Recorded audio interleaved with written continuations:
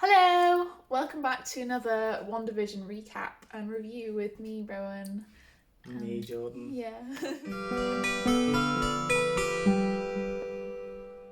Today we're talking about episode 3. Episode 4. Today we're talking about episode 4, which was the best episode so far. I feel like we're going to say that every single time. We get everything from the outside perspective that's happened from all the way from episode 1 up to the end of episode 3. We basically get told what's going on. Not the biggest reveal of like why overall she's doing Wanda is like that, who Sword are, which is stuff we guessed. It was still a good reveal, I thought. Yeah, it was still done very well. And it's funny because I was thinking about this. It was basically a perfect mix of our predictions. Yeah. Because when I was saying when they're tuning in for every episode and they managed to find a way to get in and contact them via the radio. Yeah, and I from the start was like, Wanda's doing this herself. And you were like, no, but he says like Wanda who's doing this to you. I'm like, no, she's doing it herself, like 100%. But at the end of Endgame, Hawkeye and her at the end of Endgame saying like, oh, I wish we could let them know that, you know, we won, like Black Widow and Vision. She seems fine. Yeah, they're like, they know. And then so they have a bit of a hug at the end. Yeah, so to me that seems like something must have happened to trigger her PTSD, trigger her grief, for her to get into that state. Maybe a villain, like, could still be a villain that's triggered her to do that. But in this episode, it is revealed that she is completely controlling everything going on in Westview. So the episode starts with the blip. Oh, yes. Which, the de-dusting, which is a really cool effect. It looked amazing. It looked really, really good. And we discover that Geraldine is actually Monica Rambeau, who is Maria Rambeau's daughter, if you remember Maria, who is Captain Marvel's best friend. Monica obviously was one of the people who was dusted. Unfortunately, her mother passed away because she de-dusts back into a hospital. And Maria had just had cancer surgery, but she finds another nurse who says to her, I'm sorry, your mum, the cancer came back.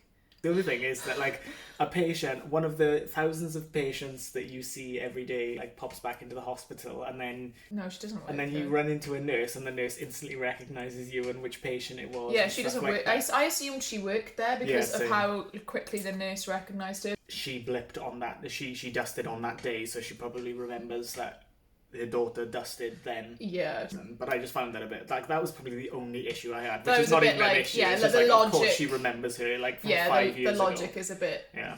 So it's good as well because we get introduced to a lot of reoccurring characters, which I really like because it just gives you that universe feeling. The guy from Ant-Man 2, the FBI guy. Wu, yeah, that's his name. And his introduction was the best. And he flirts with Scott Lang a lot. Yeah, I saw that as well.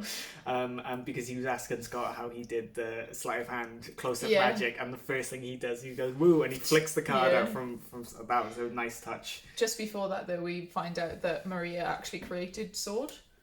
Yes, So Monica works for Sword. She comes to go into work, she tries to card in, and the guy at the security desk is a massive prick. And she's like, oh, my card's not working, I work here. And he's like, well, your card would work if you worked here. Yeah. Fuck off, who are you? Like, what the fuck? And they say there's a missing persons case. And she's like, really? After like all the missing persons case come back, obviously from de-dusting, they became like missing people. But she's like, no, it's something different. And that's when she goes to Westview, New Jersey, which is where she meets Wu, and he does this little sleight of hand thing. And Wu says, like, you can feel it, can't you? Like, we shouldn't go in there.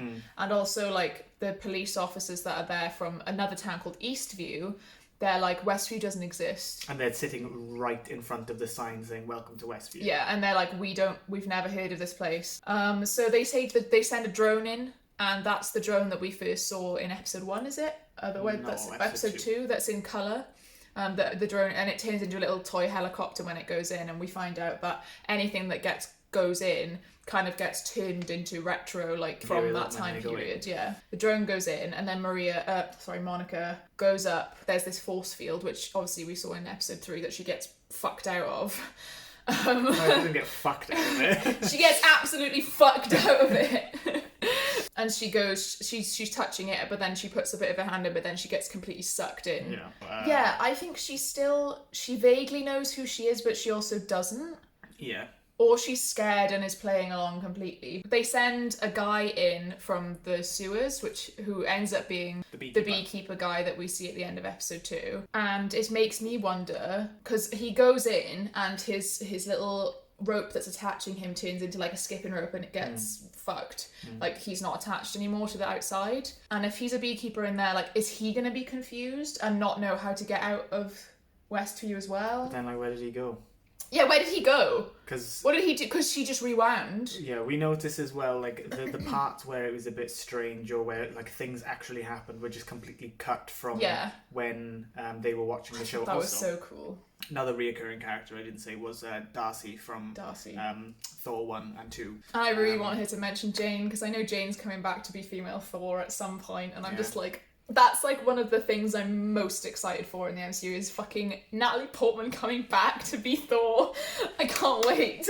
Darcy shows up as an astrophysicist, and she's the one who, at the end of episode 1, she writes down and she's watching the TV show and she gets the waves and she figures out there's a broadcast, and they start watching the sitcom as we watched. But obviously, like you said, the bits that are anything from the outside will get cut. They're like, wait, what happened? And they don't see, so they think they're not getting through to her because they're just like, oh, mission failed, especially when Wu is like, he's on the radio to her. They're working out then that it's a sitcom, and Darcy and Wu are working on it, as well as a bunch of sword people. They spot Monica. And they spot Monica in the second episode, just in the background. And they're like, is she playing along? Like, is she just going undercover? Not sure what's going on. They think that it's some sort of different reality. The hexagon shape is the shape of the sort of barrier is of this sort of portal. And throughout, force field. They're writing stuff on whiteboards like, why hexagonal? Is Vision alive? And it's literally like us, or like the viewer watching it, like they are the viewers as well. It's done really well. Like, they predicted all of the questions everybody would have, which is really funny. Obviously Monica is like she mentions Ultron, and they pick up on that, and they're like, has that ever happened before? I thought that was so funny though, because they're not even paying attention. They're like, oh, do you want like a chip? And then she says Ultron, and they're like, wait, what? It's what Wu says when he's like, has this ever happened before? Or something, mention it from our reality. She's creating her own reality.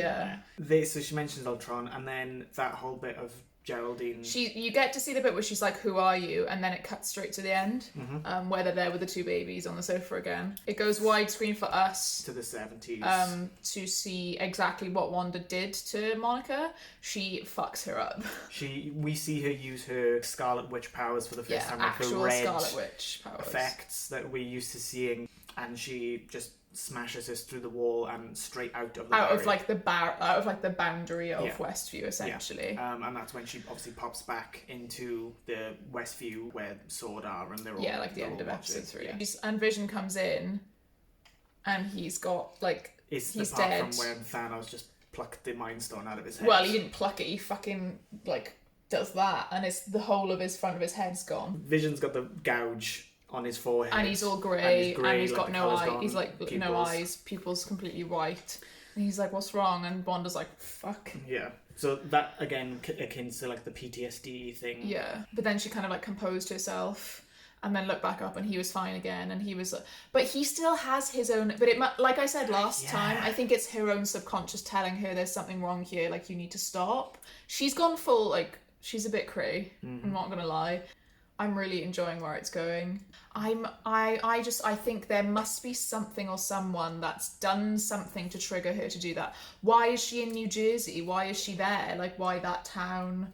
Yeah. I don't quite understand. Like, obviously we'll find this out, but these are the questions I'm thinking now, because everything that we thought, or I thought as well, is like kind of been confirmed in this episode, that it's Sword, which is the new thing of S.H.I.E.L.D. Was it Sentient Weapons Operation Response Division, I think.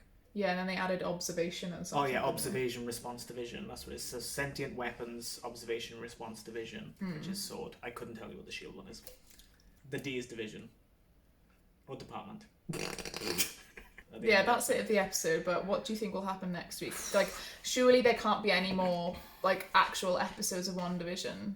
I think it'll be interchanged now. So the episodes of WandaVision will be happening, but I think a lot more is going to happen in terms of... Slice in on the outside. Yeah, and I think a lot more is going to happen in WandaVision in terms of the people sort of waking up, figuring it out, and Vision maybe being a part of that as well, because he's obviously, you can tell that he's not fully in this as well. It's just, well, I mean, Wanda isn't either. She's acting and playing it up, and she's making this cushy reality of what she wanted with Vision, but Vision isn't there. So maybe it is another reality where Vision is fine, and she's brought him from a different reality. Yeah, that could actually be true. But then he wouldn't look like... I wouldn't have thought he would look like his dead self, unless that's... That was just a vision. Either he is not real and it's all made up, so he could look however she wants, or he is another Vision from another reality that she's somehow... Well, I mean, she's got fucking insane powers, hasn't she? So she's done all this. Yeah. And she gets really... I don't know, she gets really, like, evil looking at the end of the episode. Like, it made me think, like, oh...